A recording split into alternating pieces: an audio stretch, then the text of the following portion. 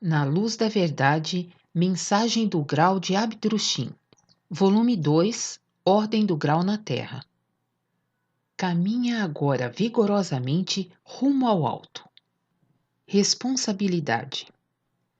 Essa questão continua sendo primordial porque os seres humanos, em sua grande maioria, gostariam de livrar-se de toda a responsabilidade, jogando-a sobre qualquer outra coisa menos sobre si mesmos. Que isso constitua em si uma desvalorização pessoal não tem nenhuma importância para eles. A tal respeito, são de fato bem humildes e modestos, mas somente a fim de poderem entregar-se a uma vida ainda mais prazenteira e inescrupulosa. Seria, pois, tão bonito poderem preencher todos os seus desejos e satisfazerem todos os seus apetites também perante outras pessoas, ficando isentos de castigo. As leis terrenas podem, em casos de necessidade, ser burladas, evitando conflitos. Os mais habilidosos podem, até mesmo, acobertados por essas mesmas leis, realizar empreendimentos astuciosos, muito bem-sucedidos e fazer muitas outras coisas que não suportariam nenhum teste de moralidade. Ainda muitas vezes granjeiam com isso a fama de pessoas excepcionalmente eficientes. Portanto, com alguma habilidade poderiam levar uma vida bem agradável conforme suas próprias ideias, se não existisse em algum lugar determinada coisa que despertasse um sentimento incômodo, se não surgisse às vezes uma momentânea inquietação crescente no sentido de que, finalmente, muita coisa poderia ser um pouco diferente do que os próprios desejos estabelecem para si. E assim é. A realidade é séria e inexorável. Os desejos humanos não podem, a tal respeito, provocar alterações de espécie alguma. Férrea se mantém a lei. O que o ser humano semeia, colherá multiplicadamente. Estas poucas palavras contêm e dizem muito mais do que tantos pensam. Coadunam-se com precisão e certeza absolutas com os fenômenos reais do efeito recíproco que reside na criação. Não poderia ser encontrada a expressão mais adequada para o fato. Assim como a colheita resulta da multiplicação de uma semeadura, da mesma forma o ser humano colherá sempre multiplicado aquilo que ele despertou e emitiu com suas próprias intuições, de acordo com a espécie de sua vontade. A criatura humana traz, por conseguinte, espiritualmente, a responsabilidade de tudo quanto faz. Essa responsabilidade é contemporânea já da resolução e não posterior ao ato realizado, que nada mais é senão uma consequência da resolução. E a resolução é o despertar de um querer sincero. Não existe separação nenhuma entre o aquém e o chamado além, mas sim, tudo é um único e imenso existir. Toda essa criação gigantesca, em parte visível e em parte invisível aos seres humanos, atua como uma engrenagem admiravelmente bem feita, jamais falhando, que se articula com justeza sem se desengrenar.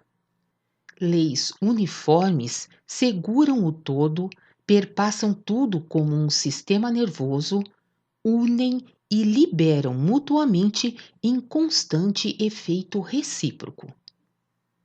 Quando as igrejas e as escolas se referem ao céu e ao inferno, a Deus e ao diabo, tudo isso está certo. O errado é a explicação referente às forças boas e más. Isso induzirá qualquer indagador sério a ficar em dúvidas e a cometer erros, pois onde existem duas forças, logicamente deve haver dois soberanos, que nesse caso seriam dois deuses, um bom e outro mau. E este não é o caso. Existe apenas um Criador, um Deus e, portanto, também apenas uma força que perflui, vivifica e fomenta tudo o que existe. Essa força divina, pura e criadora, atravessa constantemente toda a criação, reside nela e é inseparável dela. Encontra-se em toda parte, no ar, em cada gota d'água, nas pedras que se formam, nas plantas que crescem, nos animais e, naturalmente, nas criaturas humanas também. Nada existe onde ela não esteja. E assim como ela tudo perpassa, da mesma forma também perflui ininterruptamente o ser humano. O ser humano, porém, é constituído de tal maneira que se assemelha a uma lente. E assim como uma lente reúne os raios solares que a atravessam, conduzindo-os adiante em forma concentrada, de maneira que os raios caloríficos, reunindo-se num ponto, ardam e produzam fogo, da mesma forma o ser humano, devido à sua constituição especial, reúne por meio de sua intuição a força da criação que o perpassa e a conduz adiante de forma concentrada através de seus pensamentos. Conforme a espécie desse intuir e os consequentes pensamentos, a força criadora de Deus, de atuação autônoma, será dirigida por ele para bons ou maus efeitos. Essa é a responsabilidade com que o ser humano tem de arcar. Nisso se encontra também o seu livre-arbítrio. Vós que muitas vezes procurais de modo tão convulsivo encontrar o verdadeiro caminho, por que fazeis tudo assim tão difícil? Imaginai, com toda a simplicidade, como flui através de vós a força pura do Criador, a qual dirigis com os vossos pensamentos em direção boa ou má. Dessa maneira, sem esforço nem quebra-cabeça, tereis tudo. Considerai que depende da simplicidade de vossas intuições e pensamentos essa força prodigiosa acarretar o bem ou o mal. Que poder benéfico ou destruidor vos é concedido com isso? Não precisais, nesse caso, fazer tal esforço que vos provoque suor na fronte. Nem precisais agarrar-vos às chamadas práticas ocultistas, a fim de, mediante contorções corporais e espirituais, possíveis e impossíveis, alcançar algum degrau totalmente insignificante para a vossa verdadeira ascensão espiritual. Abandonai tais brincadeiras que roubam o tempo e que já tantas vezes se transformaram em tormentos mortificantes que nada mais significam do que as autofustigações e castigos de outrora nos conventos. Apresentam-se apenas de outra forma, da qual tampouco podereis obter vantagem. Os chamados mestres e discípulos do ocultismo são modernos fariseus, na mais fiel acepção do termo. Constituem legítimas reproduções dos fariseus do tempo de Jesus de Nazaré. Lembrai-vos com alegria pura que podeis, sem nenhum esforço, através de vosso simples e bem-intencionado intuir e pensar, dirigir essa força única e gigantesca da criação. Exatamente de acordo com a maneira de vossa intuição e de vossos pensamentos são os efeitos dessa força. Atua por si, bastando apenas que a guieis. Isso se processa com toda simplicidade e singeleza. Para tal, não se faz necessário erudição, nem mesmo saber ler ou escrever. A cada qual de vós é dado em igual medida.